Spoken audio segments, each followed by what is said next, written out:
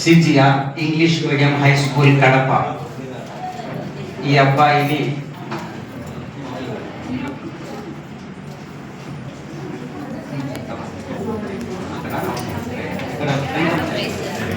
మాట్లాడాల్సిందిగా కోరుతున్నాను.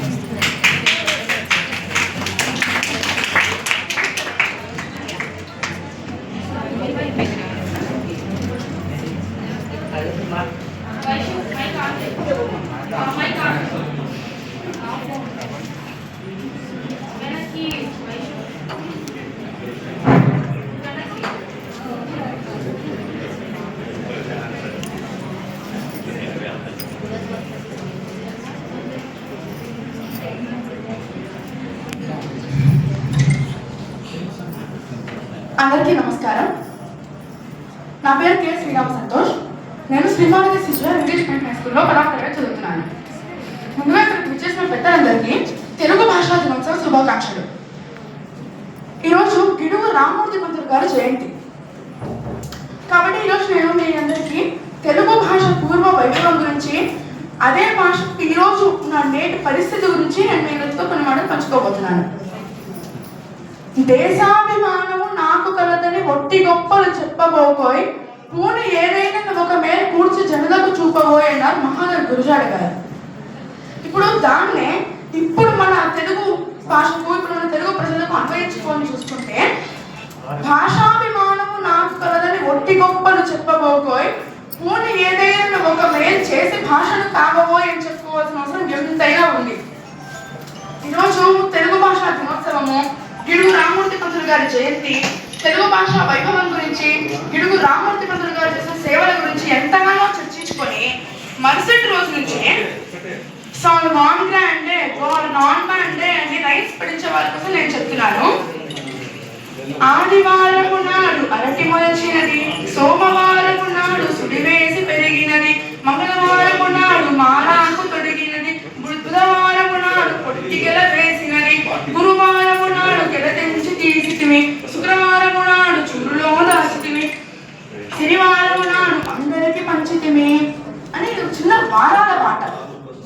ఈ చిన్న పాటను పిల్లలకు నేర్పిస్తే తెలుగు వారాల పేర్లు తెలుస్తాయి, తెలుగు సంస్కృతి తెలుస్తుంది, పర్యావరణం గురించి మనకు అర్థమవుతుంది. అంతేకాదు, గడపలన్నిటిలోన ఏ గడప మేలు, మహాలక్ష్మి నివసించు మా గడప మేలు, అరుగులన్నిటిలోన ఏ అరుగు మేలు, పండితులు కూర్చుండు మా అరుగు మేలు, ఊరిలన్నిటిలోన ఏ ఊరు మేలు, మంచివారున్నట్టి మా ఊరు మేలు. ఇలా చిన్న చిన్న పాటలు, తెలుగు పాటలు పిల్లలకు ఉప్పు పాటతో పోస్తే కానీ తెలుగు భాష పట్ల వాళ్ళకి అభిమానం పెరగదు.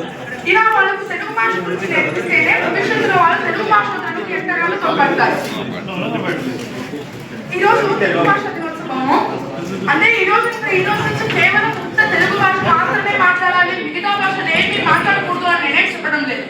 ఎందుకంటే మనము ఎన్ని భాషలు నేర్చుకుంటే అంత పాండిత్యం వస్తుంది.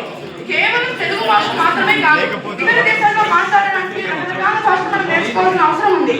కానీ ఆ ఇతర భాష పదాల మాధుర్యం మన తెలుగు భాషలో కలిస్తేనే మన తెలుగు భాష ఎంతో తెలుగు తెలిసిపోతుంది. డాక్టర్ కరుణశ్రీ జంధ్యాల బాబయ్య శాస్త్రి గారు ఏమన్నారంటే, తెలుగు తోటల సంస్కృత పడగతాడి నంతు త్రొక్కెడి ఆంధ్ర విద్యార్థి నేను అన్నారు. అంటే తెలుగు అన్న ఈ తోటలో సంస్కృతము అన్న పడంలోని లతలను మనము తెలుగు తోటలో అల్లి కొత్త సువాసనతో గుబారింపజేస్తారంట. అటువంటి గొప్ప తెలుగు భాష మనది. నిజమైన మన తెలుగు భాషలో వేరే పదాలు అంటే వేరే భాష పదాల పదజాలం కూడా ఇమిడి ఉంటుంది. ఎలాగంటే మనుచరిత్రలో ఒక పద్యం ఉంది. అటజని కాంచ భూమి సురుడు అంబర చుంబి శిరచ్చరి పడగ ముహుర్లట దభంగ తరంగ మృదంగ నిస్వన స్ఫుట నటనానుకూల పరిపుల్ల కలాప కళా విచారము గడక చిరక్కరేడు కరకంపిక శానము సీతశైలమున్నాయి. ఈ పద్యంలో అటజని కాంచ అనేది ఒక్కటే తెలుగు పదం, మిగతాదంతా సంస్కృతమే అయినా సరే ఈ పద్యం తెలుగులో అత్యంత ప్రాచుర్యం పొందింది. ఇక తర్వాత ఆదికవి నన్నయ్య గారు మహాభారతాన్ని ఆంధ్రీకరిస్తున్నప్పుడు మొట్టమొదటిగా ఏం శ్లోకం చెప్పారంటే, శ్రీవాణి గిరిజా స్థిరాయ దదతో వక్షో ముఖాంగేషు ఏ లోకానాం స్థితిమావహం చ విదితాం శ్రీపుంస యోగోద్భవాం తే వేదత్రయోర్తయే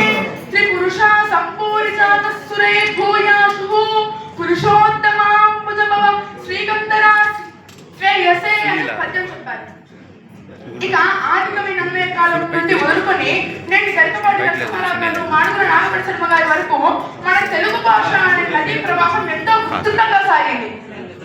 దేవులపల్లి కృష్ణశాస్త్రి గారు సాహిత్యం అనే ఆకాశం పట్టుకొని దిగిరాను దిగిరాను ఉబ్బరింటి దివికి అని వచనగలకు మాధుర్యాన్ని చిలికారు. ఇక దుబ్బూరి రామిరెడ్డి గారైతే అంతములేని ఈ భువనమంత పురాతన పాఠశాల అంటూ మాధురి ఎంతో మధురంగా వేదాంతరం చెప్పారు. ఇక మనం చెప్పుకుంటూ పోతే అసలు ఇంత గొప్ప తెలుగు భాష వైభవం గురించి చెప్తున్నప్పుడు మనం బోధన గురించి చెప్పుకోకపోతే ఎలా ఉంటుంది చెప్పండి. ఆ బోధన భాగవత పద్యాలు మనం వింటూ ఉంటే అక్కడ జరుగుతున్న సంఘటన మన కళ్ళ ముందు జరుగుతున్నట్టు ఉంటుంది. ఈ బోధన భాగవతం గురించి ఒక పద్యం ఉంది. లలిత స్కందం కృష్ణమూలము సుగానాపాభిరామం మంచిలతాస్వమితమల్ సువర్ణ సుమన సుందరము సుందరోజ్వల ఉత్తంబు మహాఫలం విమలవ్యాసాల వలపునైవలయం భాగవతం కల్పతరు గురువి సర్విజశ్రేయమయే. ఇక దాని తర్వాత ఆ కాలంలో బోధన గారు ఎలాగో ఇప్పుడు మన కాలంలో పుట్టుమతి నారాయణాచార్యుల వాళ్ళు అలాగా. ఆయన తలపై నచదలేటి ఎరడు తాండవమాడ నలద త్రోపుడుగ క్రొన్నెల పూవు కదనాడ మన శిఖానము పైన దుంగురుడు చిరనాడ దిమిదిమిప్పని సరిగ్గిరి గర్భమణుతూగా నమిత సంభ్రమ మహాకారముడలేక ఆడనమ్మా శివుడు పాడనమ్మా భువుడు అంటూ శివతాండవ స్తోత్రం రచించారు. ఇలా ఎంతో గొప్ప వైభవంగా మన తెలుగు భాష నేను కృష్ణపక్ష చంద్రుడిలో కృషించిపోతున్న కాలం ఇది. శ్రీశ్రీ గారు పూర్వ వైభవం గురించి తలుచుకుంటూ చక్రవర్తి యశోపుడంచడు జగద్గురు శంకరం తెచ్చుట ఏం తల్లి నరుడు కురిసిన హిమ సమూహములు బాలుడికి అందరూ కరతాళ ధ్వనులతో తమ సందేశాన్ని తెలియజేయండి. ఇంతటితో ఉపన్యాసం బాబు ముగిస్తున్నాడు. మళ్ళీ నీకు అవకాశం ఇస్తానా? కాబట్టి మనమందరం తెలుగు అలాగే ఎలాగైతే శ్రీశ్రీ గారు సారి కరతాళ ధ్వనులు. కాబట్టి మనం తెలుగు భాషకు తోడ్పడడానికి మనం సహకారం మనం కూడా చేద్దాం. నాకు అవకాశం ఇచ్చినందుకు ధన్యవాదాలు.